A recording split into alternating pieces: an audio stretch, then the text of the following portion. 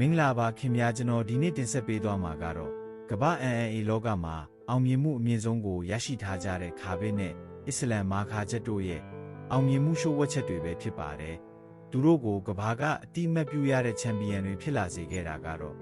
သူတို့လိုက်နာခဲ့တဲ့တင်းကျပ်တဲ့စီကံ9ချက်ကြောင့်ပဲဖြစ်ပါတယ်။ဒီစီကံတွေကသူတို့ရဲ့ဘဝကိုဘယ်လိုပြောင်းလဲစေခဲ့တယ်လဲဆိုတာကျွန်တော်တို့အတူတူလေ့လာကြည့်ကြရအောင်ပါ။ပထမဆုံးအရေးကြီးဆုံးစီကံကတော့ဖခင်ဖြစ်သူချမှတ်ခဲ့တဲ့စနစ်တကျလေ့ကျင့်မှုတွေပဲဖြစ်ပါတယ်။ဒက်ကစတန်တောင်တန်းတွေပေါ်မှာငယ်စဉ်ကတည်းက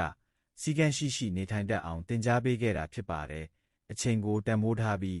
ဘဝရဲ့ရည်မှန်းချက်ကိုမပြောက်ပြတ်အောင်ထိန်းသိမ်းတတ်တာဟာသူတို့ရဲ့အောင်မြင်မှုအတွက်အခြေခံအုတ်မြစ်ဖြစ်ခဲ့တာပါ။ဒုတိယအချက်ကတော့လုံးဝပြက်ကွက်မှုမရှိတဲ့ပြင်းထန်တဲ့လေ့ကျင့်ခန်းတွေပဲဖြစ်ပါတယ်။သူတို့အတွက်ကတော့လေ့ကျင့်ခန်းလုပ်ရမှာထက်အနားယူဖို့ကပိုပြီးခက်ခဲတဲ့အရာဖြစ်နေတာပါနေ့စဉ်ပုံမှန်စရာအတိုင်းစက္ကန့်မလွဲလှုပ်ဆောင်တတ်တဲ့အလေးချင်းက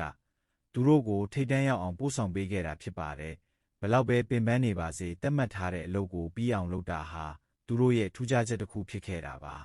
တတိယအချက်ကတော့ညီအကိုရင်းချတွေလိုစီးလုံးကြတဲ့အဖွဲ့အစည်းစိတ်ဓာတ်ပဲဖြစ်ပါတယ်သူတို့အဖွဲ့ထဲမှာတယောက်ကချန်ပီယံဖြစ်ဖို့ထက်အားလုံးကအတူတူတိုးတက်ဖို့ကိုပဲ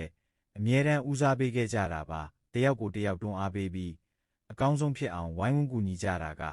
သူတို့ရဲ့အားသာချက်တစ်ခုဖြစ်ခဲ့ပါတယ်။ဒါကြောင့်လဲသူတို့အဖွဲ့သားတွေဟာကမ္ဘာ့စင်မြင့်ထက်မှာတယောက်ပြီးတယောက်အောင်မြင်မှုတွေရရှိနေတာဖြစ်ပါတယ်။စတုတ္ထအချက်ကတော့အာယုံနောက်စေမဲ့အရာတွေကိုအပြတ်သက်ရှောင်ကျင်တာပဲဖြစ်ပါတယ်။အောင်မြင်မှုတွေရလာတဲ့အခါမှာလဲပျော်ပါးတာတွေမမာနတတ်တာတွေကိုသူတို့စီမှာလုံးဝမတွေ့ရပါဘူး။အမြဲတမ်းနှိမ့်ချစွာနေထိုင်ပြီးရည်မှန်းချက်ကိုပဲအာယုံစိုက်ခဲ့တာကသူတို့ကိုပိုပြီးအစွမ်းထက်စေခဲ့တာပါအနားယူချိန်မှာတောင်အကျိုးမရှိတဲ့အလုပ်တွေကိုမလုပ်ဘဲစိတ်သက်ခွန်အားရစေမဲ့အရာတွေကိုပဲလှုပ်ဆောင်နေရှိတာပါပြီးစမအချက်ကတော့သူတို့ရဲ့အဓိကလက်နက်ဖြစ်တဲ့နဗန်းပညာကိုကျွမ်းကျင်အောင်လေ့ကျင့်တာပဲဖြစ်ပါတယ်ငယ်ငယ်ကလေးကဝက်ဝံတွေနဲ့နဗန်းတက်ပြီးလေ့ကျင့်ခဲ့ရတဲ့အထိသူတို့ရဲ့ခန္ဓာကြီးကတာမန်လူတွေထက်ဆက်ပေါင်းများစွာတာလွန်နေတာပါဒါကြောင့်လဲပြိုင်ဘက်တွေကသူတို့နဲ့ရင်ဆိုင်ရတဲ့အခါလုံးဝမရှင်နိုင်ပဲအရှုံးပေးခဲ့ရတာဖြစ်ပါတယ်။ဒါဟာနှစ်ပေါင်းများစွာအပင်ပန်းခံလေ့ကျင့်ခဲ့တဲ့ရလဒ်တွေပဲဖြစ်ပါတယ်။ဆဋ္ဌမအချက်ကတော့ဘာယမီထက်စူးစမ်းမှုကိုပိုပြီးယုံကြည်တာပဲဖြစ်ပါတယ်။ဘလောက်ပဲတော်နေပါစေစူးစမ်းမှုမရှိရင်